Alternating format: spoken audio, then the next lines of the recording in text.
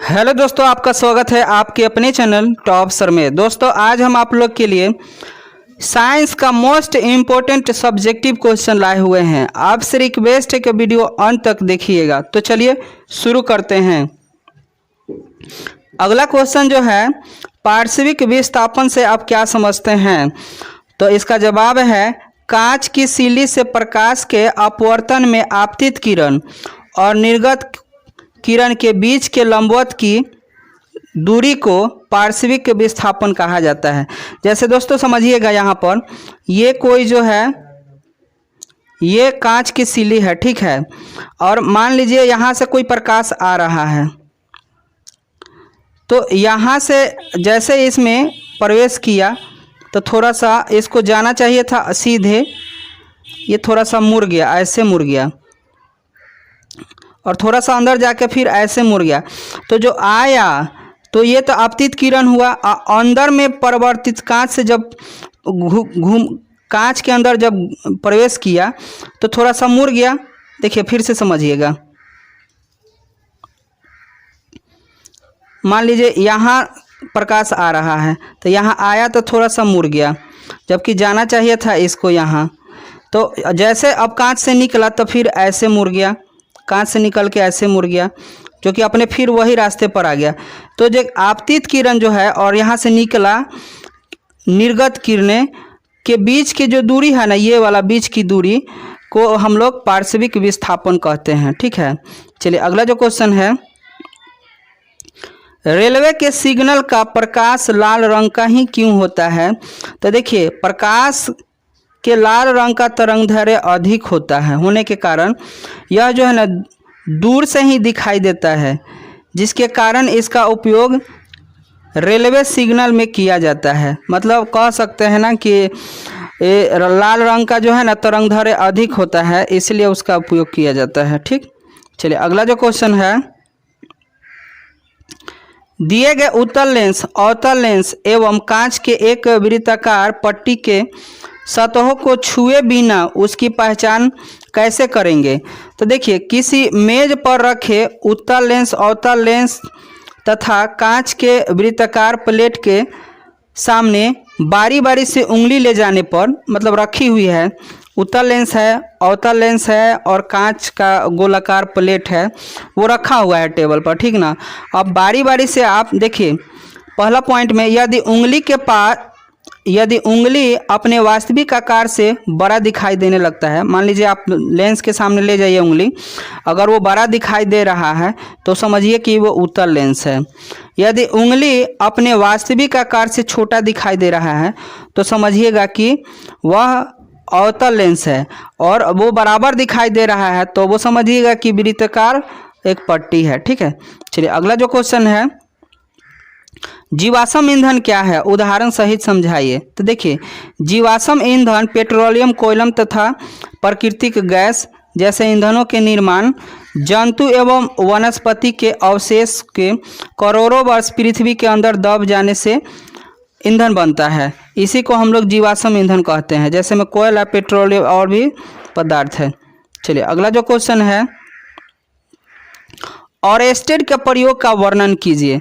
ऑरेस्टेड ने बताया कि जिस प्रकार चुंबक के चारों ओर चुंबकीय क्षेत्र उत्पन्न होता है, ठीक उसी प्रकार से किसी चालक में विद्युत धारा प्रवाहित हो रहा होता है तो उसके चारों तरफ भी चुंबकीय क्षेत्र उत्पन्न होता है। इसी को ऑरेस्टेड का नियम भी कहा जाता है, ठीक है। चलिए अगला जो क्वेश्चन है, हाइड्रोजन आयन की सांद्रता का विलयन की प्रकृति पर क्या प्रभाव पड़ता है? तो देखिए हाइड्रोजन आयन की सांद्रता विलयन की प्रकृति पर निर्भर करती है कि कैसा होगा, ये अम्लीय, क्षारीय, भस्म जो भी है। चलिए अगला जो क्वेश्चन है, संतुलित रासायनिक समीकरण क्या है? तो यदि रासायनिक अभिक्रिया के पहले और बाद प्रत्येक तत्व के परमाणु संख्या समान रहता है तो उसे संतुलित रासायनिक समीकरण कहा जाता है, ठीक। चलिए अगला जो क्वेश्चन है, अम्ल का जलीय विलयन क्यों विद्युत का चालन करता है? तो अम्ल का जलीय विलयन ही हाइड्रोजन आयन का निर्माण करता है, यही विद्युत का चालन करता है। जिसके कारण जो है विद्युत अपघट्य हो जाता है। कहने का मतलब हाइड्रोजन आयन जो है ना विद्युत का चालन मतलब उत्पन्न होता है, हाइड्रोजन आयन उत्पन्न होता है, इसी कारण वो अम्ल जो है विद्युत का चालन करता है। अगला क्वेश्चन है कि गर्म जल का टैंक बनाने में तांबे का उपयोग होता है परंतु इस्पात यानी लोहा के मिश्रित धातु का नहीं, इसका कारण बताइए। तो देखिए ऐसा इसलिए क्योंकि कॉपर ऊष्मा का सुचालक होता है, जबकि इस्पात जो लोहे का एक मिश्र धातु है ऊष्मा का अच्छा चालक नहीं होता है। साथ ही कॉपर जल से अभिक्रिया नहीं करता है, जबकि इस्पात में जल से अभिक्रिया होती है और जंग लग जाती है। ठीक है ना, इसीलिए हम लोग टंकी बनाते हैं ना तो किसका, तांबे का बनाया जाता है। अगला जो क्वेश्चन है ये तो हम लोग देख लिए थे। चलिए अगला जो क्वेश्चन है परागण किसे कहते हैं। तो परागकणों में परागकोश से निकलकर, जो परागकण है परागकोश से निकलकर उसी पुष्प या उसी जाति के दूसरे पुष्प के वर्तिकाग्र तक जाता है, उस प्रक्रिया को परागण कहा जाता है। ठीक है, चलिए अगला जो क्वेश्चन है HIV और एड्स का पूर्ण रूप बताइए। तो HIV का होता है ह्यूमन इम्यूनोडिफिशियेंसी वायरस और एड्स का होता है एक्वायर्ड इम्यूनोडिफिशियेंसी सिंड्रोम। ठीक है, चलिए अगला जो क्वेश्चन है पुष्प में नर तथा मादा युग्मकों को क्या कहते हैं। तो नर युग्मक पुमांग होता है और मादा युग्मक जयांग होता है। चलिए अगला जो क्वेश्चन है किण्वन किस प्रकार का श्वासन है। तो किण्वन एक प्रकार का अवायवीय श्वासन है जिसमें ईस्ट द्वारा पायरुवेट का एथेनॉल एवं कार्बन डाइऑक्साइड में परिवर्तित कर दिया जाता है।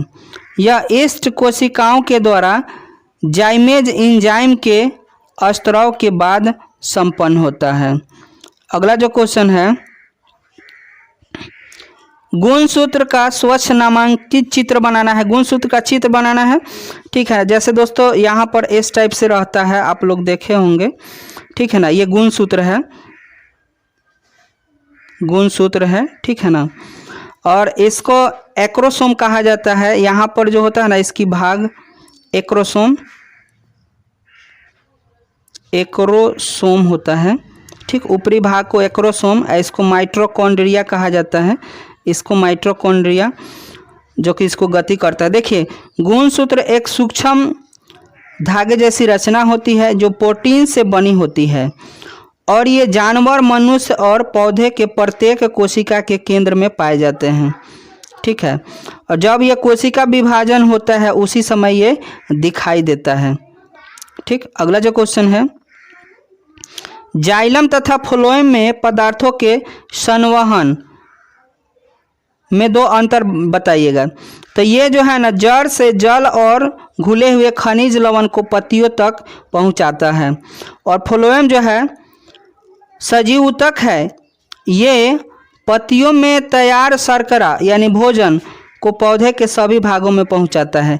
जाइलम जो क्या करता है जल खनिज लवण को जड़ से पत्तियों तक पहुंचाता है। ठीक है ना, और फ्लोएम जो है बने हुए भोजन को पौधे के सभी भागों में पहुंचाता है। चलिए अगला जो क्वेश्चन है रक्त क्या है, इसके संगठन का वर्णन कीजिए। ठीक है ना, तो रक्त एक तरल संयोजी ऊतक होता है जिसका रंग एक विशेष प्रकार की प्रोटीन हीमोग्लोबिन के कारण लाल दिखता है। रक्त के दो कार्य हैं। पहला देख लीजिए, यह ऑक्सीजन का परिवहन करता है जिसके बाद शरीर की सभी कोशिकाओं की श्वसन की क्रिया ऑक्सीजन मिलती है और ऊर्जा उत्पन्न होती है। दूसरा का है यह श्वसन के समय बनने वाले कार्बन डाइऑक्साइड को वापस फेफड़े तक लाता है जिसके कारण शरीर को उससे मुक्त मिलती है, जिससे क्या है शरीर को मुक्ति मिलती है। चलिए अगला जो क्वेश्चन है धमनी और सीरा में 3 अंतर। धमनी और सीरा में 3 अंतर देख लीजिए क्या है। पहला है पॉइंट, धमनी जो है ना हृदय से अंगों की ओर जाने वाली रक्त वाहिनी को धमनी कहा जाता है, ठीक है ना। धमनी में रक्त का बहाव हृदय से अंगों की ओर होता है, यानी हृदय से ना जो रक्त है हमारे शरीर के सभी अंगों में जाएगा, ठीक है ना। और सीरा क्या करेगा, देखिए यहाँ पर अंगों से हृदय की ओर जाने वाले रक्त वाहिनी को सीरा कहते हैं। सीरा में रक्त का बहाव अंग से हृदय की ओर होता है। मान लीजिए सभी जगह से है रक्त क्या होता है ले जाता है हृदय तक, ठीक है ना, सीरा। और अगला है धमनी के अतिरिक्त भीति जो है मोटी पेशी है और सीरा के आंतरिक भीति पतली होती है तथा लचीली होती है। चलिए